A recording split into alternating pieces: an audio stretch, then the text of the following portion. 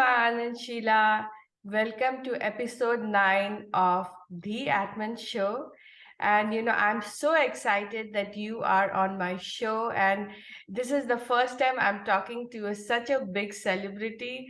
And my viewers are so excited. And I know you need no introduction if anyone has seen Wild Wild Country from Netflix. But please, for our viewers' sake, go ahead and introduce yourself. Just a brief introduction is fine.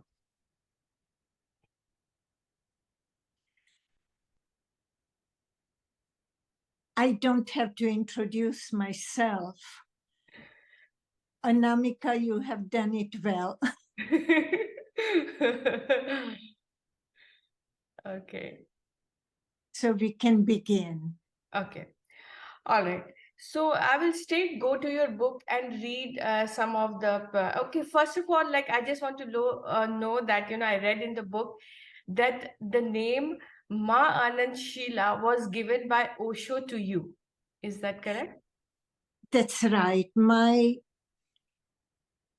birth name was Sheela, and Bhagwan added Ma Anand Sheela. Okay.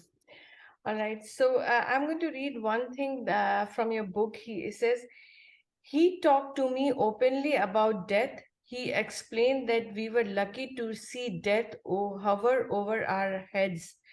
Death is a part of life, but most people forget it. He said they don't want to know anything about it, but we were in a situation where it is impossible to ignore death.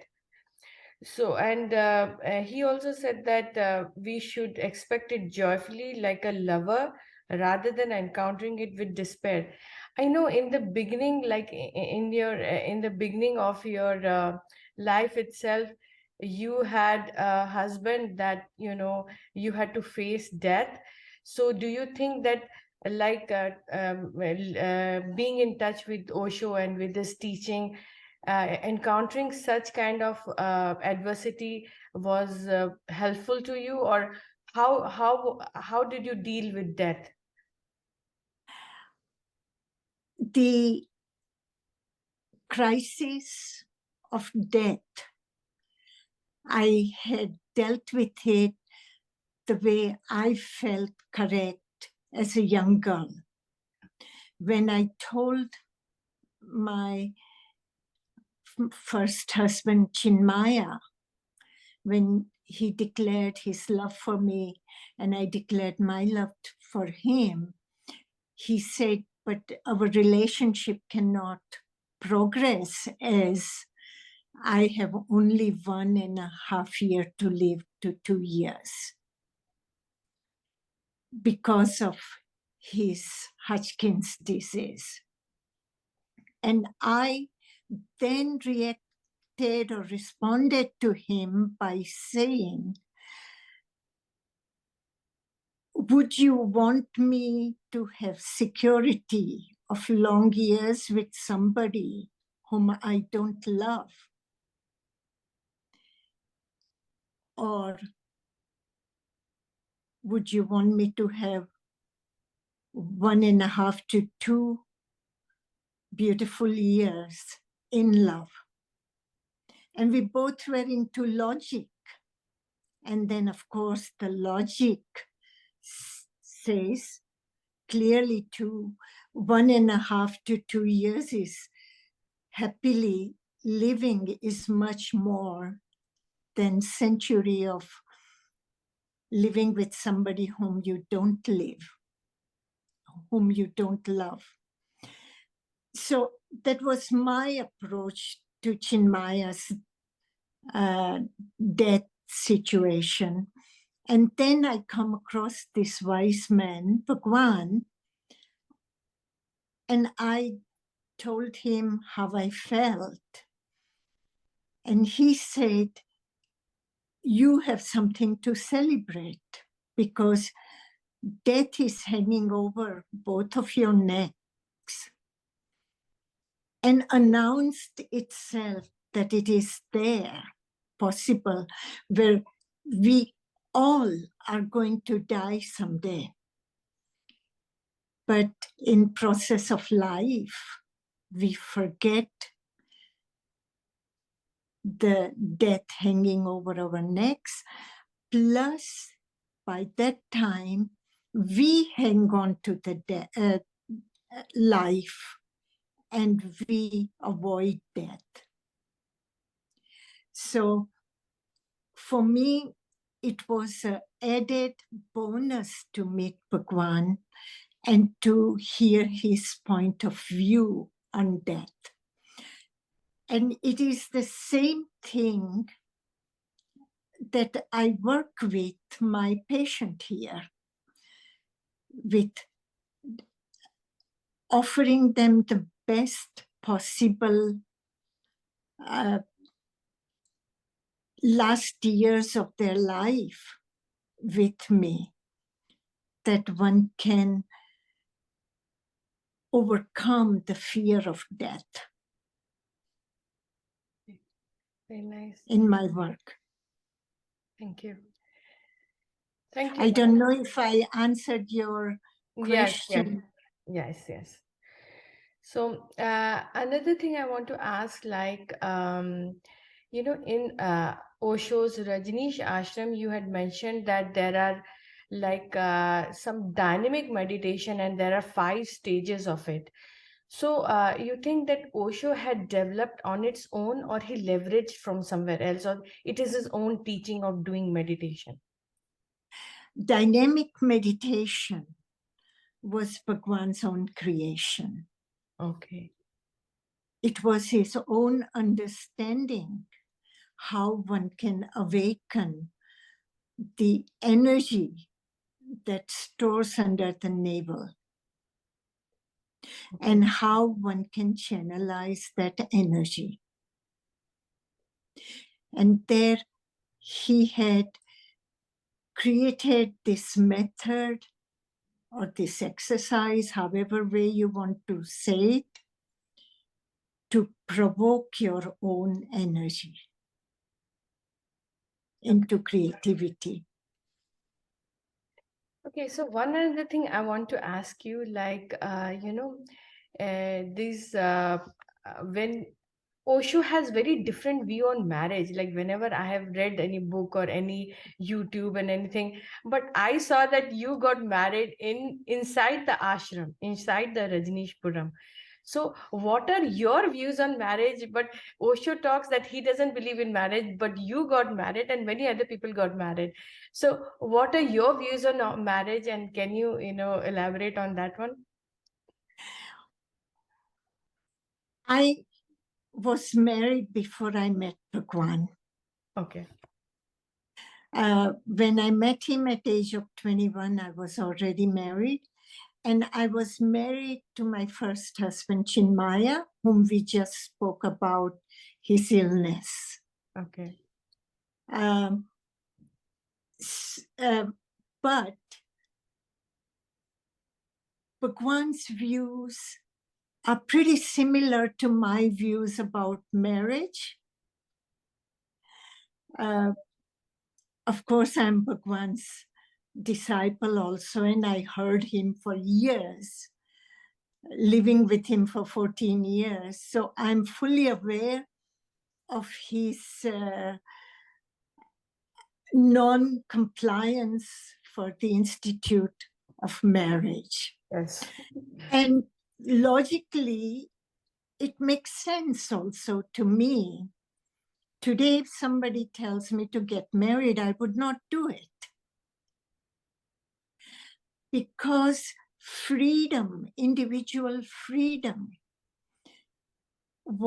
is at the top of the line. And marriage, somehow, even if you have a free relationship, you have to compromise in certain ways to live harmonious life. Bhagwan said, marriage is a prison. And I can good think and feel that marriage is a freedom, marriage is a prison. and to live freely, to exercise your own feelings, your own being in free way, to have somebody tied down to you would not work. It is a contradiction. So, but you know, The problem is also many marriages these days, within a short time of togetherness, break down. And one of the major reasons of the breakdown, both feel unfulfilled in this institute of marriage. okay. Their expectations are not fulfilled, and life becomes burdensome together. Okay, but I want to ask you one thing, like, then what about the kids? Like the kids need mom and dad, right? So what happens there? Kids need mom and dad, but not the marriage of mom and dad. Yeah. Very true. I like this answer. They need mom and dad who equally love them in their freedom. Kids also need to know and learn about individual freedom. Then they can develop their character. If children are brought up in a broken home where everyday argument, fights, unhappiness, we are not helping them in any form or shape. We offer them depression then instead of mom and dad. Or I would say we offer them broken mom, broken dad, plus depression. And that is more harmful in my eyes. But if mom and dad make understanding that we are equal sharer of our children and respect each other for their role, then children will be more benefited. It's a good answer. Thank you. And also, like, you know, I feel that this whole episode of Rajneesh Puram, you know, from Pune to all the way to Oregon, do you think that you as a person was a rebel in the society? And I like rebel. I admire rebel because I feel in my own way, I'm a little small rebel, but not like you. But do you think you were a rebel in the society for that era? I'm a rebel since I was born, I assume, because it is so dear and near to my heart to say what I feel and be as I feel. And I say to the world, be yourself. Little, small, big, doesn't matter. But say your truth, say your heart to the world in all honesty. And be true to yourself. Don't imitate anybody.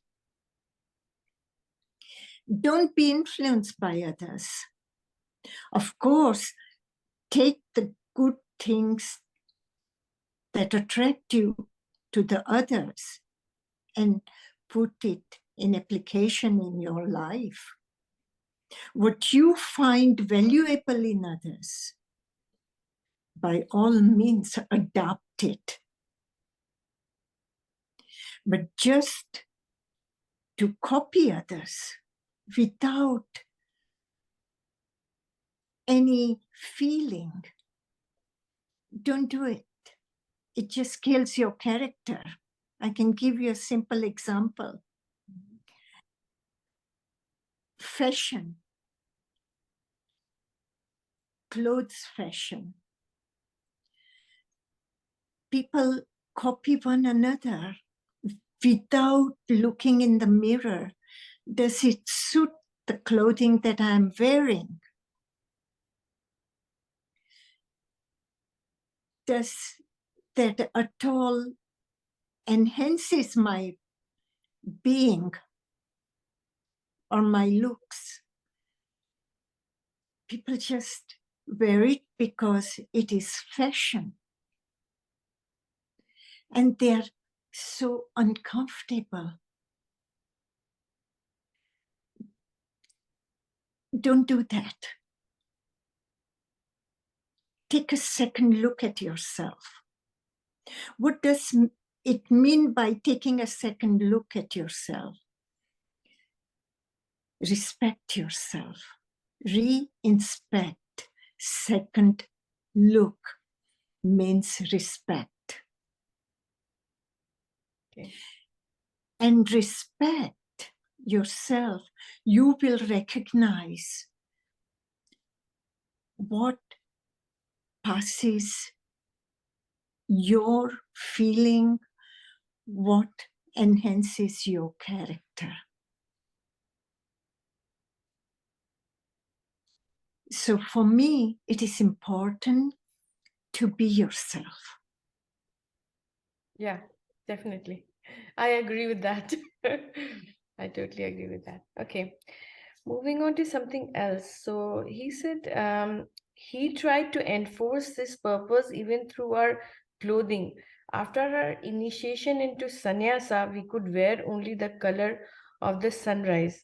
That served to remind us that we were a part of growth process on our journey into our inner world that were no longer ordinary. So when you were in Rajneeshpuram, you had to follow certain schedule and certain dress code.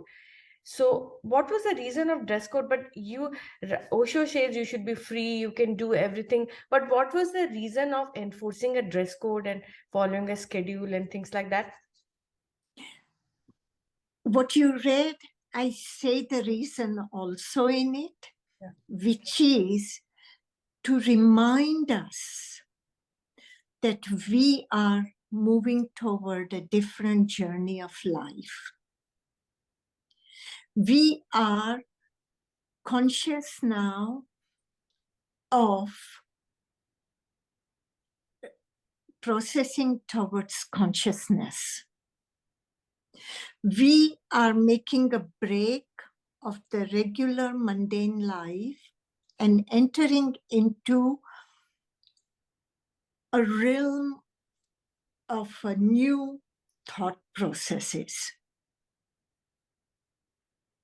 So when we wear orange colors, it represents, signifies the colors of rising sun.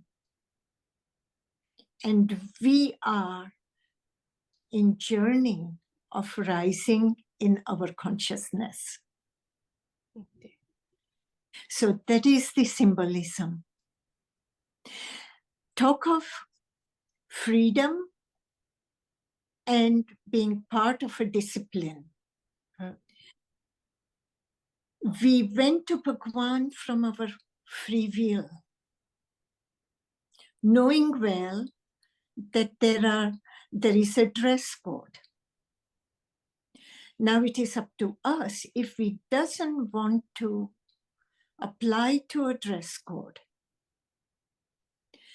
then we need not join him. But if we want to join him, if we want to be part of his establishment, then we wear the dress code that he has given. And it was never a burden for me. Okay. In fact, I felt most beautiful in those colors. Even today, I wear a lot of reds and maroons and pinks. Even today, I'm wearing, not knowing that you will ask me that question. Okay, all right, all right. And yeah, all right. Okay, I And they understand. suit me very well, these Very well. colors. It's beautiful. All right. So another thing I said that, Bhagwan taught there is a synthesis between Zobra and Buddha. Zobra represents the earth and life, while Buddha stands for divine awareness. So do you think that his teachings, I also do Hinduism and Buddhism both. So I have a little bit of idea. So do you think that Bhagwan's teachings and discourse were quite inspired by Buddhism or something like that? Zorba is a Greek Okay, dancer. okay, It was not related to Buddhism. okay. Zorba is the dancer who enjoys life fully. Oh, okay. And Buddha is, we all know, the great Buddha. Yeah. So what he says, we are the synthesis of life, the dancer, the ultimate dancer, and Buddha, the ultimate understanding of life. Cessation of duality. Buddha is the middle path. Okay. And until you have both in you, you are not complete. Hmm. So you have to have life and understanding both. That's what you're saying. Right. It is like life and death. Uh-huh. You cannot just have life, or you cannot just be morbid like death. Okay. All right. Understand. So, okay, I'll read one more thing, but this might be a little controversial. This Very good. I like it. Okay. So, a lot of people, the therapy groups were helped to release anger, hate, jealousy, sexual repressions, and other taboos that one learns and carries through life. Bhagwan thought that once a person is free from unpleasant feeling, one can move towards inward journey easily. So these group therapies were to remove all your bad qualities so that you can reintrospect yourself. Can you talk about these group therapies, Yes. And it is not a controversial question. It is something to understand. The group therapies were founded in Western world for Western culture. Western culture, the sexuality was oppressed through Christianity. But it is the same situation all over the world. Sexuality has been tabooed one way or the another, and yet sexuality is promoted for reproduction purposes. We live in a society where we don't express our innermost feelings freely, openly. So we go on oppressing it. A simple example: a man goes to work, boss chews him up. He's angry with the boss, but he will not say anything to the boss, otherwise he will lose the job. If he loses the job, how will he pay his bills? And bills have to be paid at the end of the month. he goes home with a heavy feeling of anger towards the boss. He puts out that anger on his wife. Wife doesn't understand. What has she done that he has been giving this anger to her? So she takes it out on a child. Child is completely lost. Child takes it out on his doll or a dog, whatever is near. And we pile up anger, jealousy, competition, many negative feelings in ourselves. And through that, we become physically sick, mentally sick. So the New Age group therapies were to release these blockages of anger and violence in individual. And they are very, very rewarding. Bhagwan gave a new meaning to this new therapies, and he gave them a big push to bring them out in the world. And people don't understand the amount of violence we individuals carry within us, the negativity we carry, the jealousy we carry, competition we carry. And it is one way to free ourselves. It draws us back to ourselves for introspection.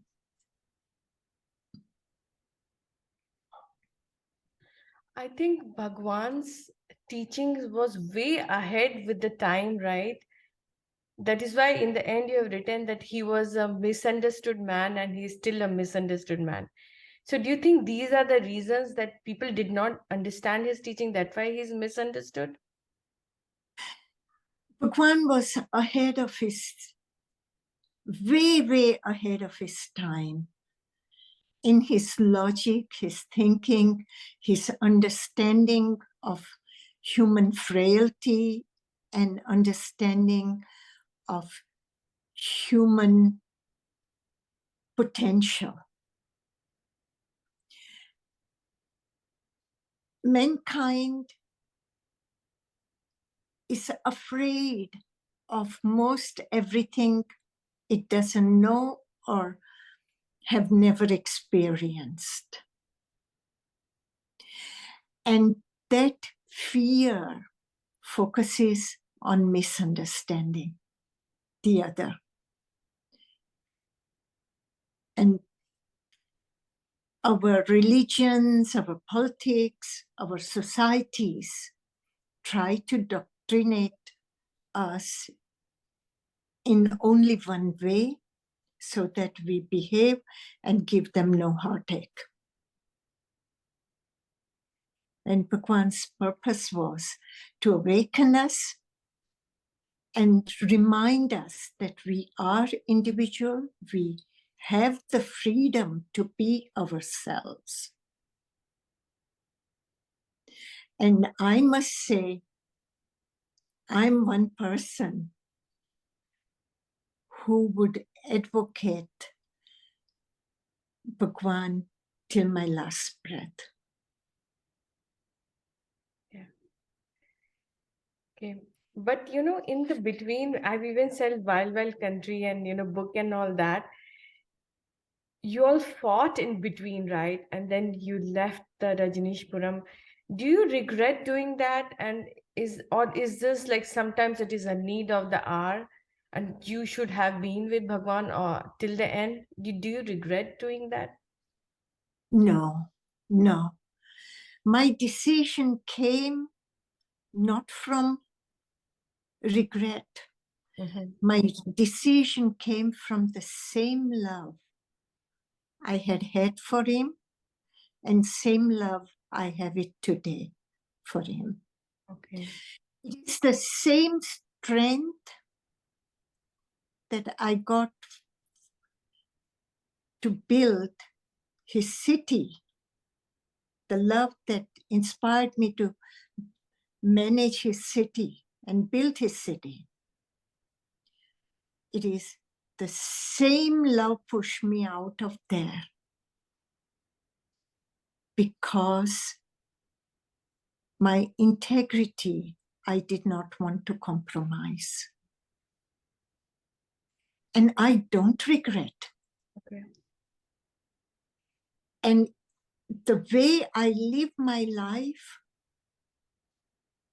shows that I don't even have a drop of it in me or in my lifestyle. That is my decision to go out was the right decision for me. And there is a time comes where one has to move away from something that one loves, if necessary. It was necessary then. Okay, so one last thing I want to ask, I hope you won't mind, like, this all these controversies, like 50 million, you took away, and then, someone tried to kill Osho in the ashram. Just a brief one, I don't want to dig too much deep. Can you tell to our viewers? Viewers have to understand Bhagwan had a big following.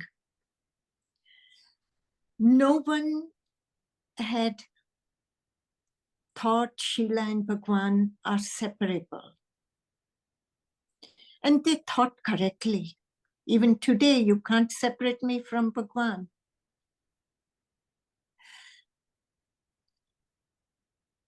It was a huge machine that we had created together,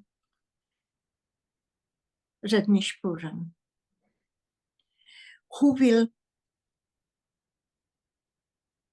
believe that Sheela will leave Bhagwan? Even Sheela herself didn't believe it until it happened. And Bhagwan had to protect and hold his following. Easiest way to hold somebody is through negative gossip or negative accusation. It happens with many parting lovers, many divorces. And mine and Bhagwan's divorce was international. It was on the news. It was journalistic. Till today, people talk about it. After 45 years, So it has no relevance in my life what he said or how he accused or what he accused. It was his thing. Or what people gossiped. Yeah, and people are still engaging after so many years in it. It just shows that Bhagwan's therapies, they need to do it. Yeah. Bhagwan's meditation, they need to do it to Yeah. free themselves of their own negativity.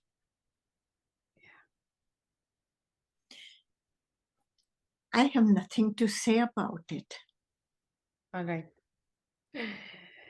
Okay, Man and Sheila, it was a short and sweet conversation. I really enjoyed it. I hopefully we'll come back in another episode. And good luck and have a nice day. Thank you very much, Anamika. And I want to tell my listener that you can join Anamika's Dhi Atman podcast adventure.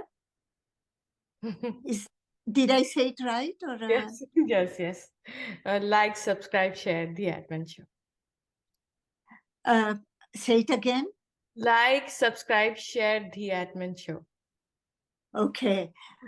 And I am on Instagram. If you have any questions, do write me. My Instagram goes under my name, Man and Sheela. And I do take time to reply to you. Maybe my replies are not long, but they are replies from my heart. Okay. Wish you all wonderful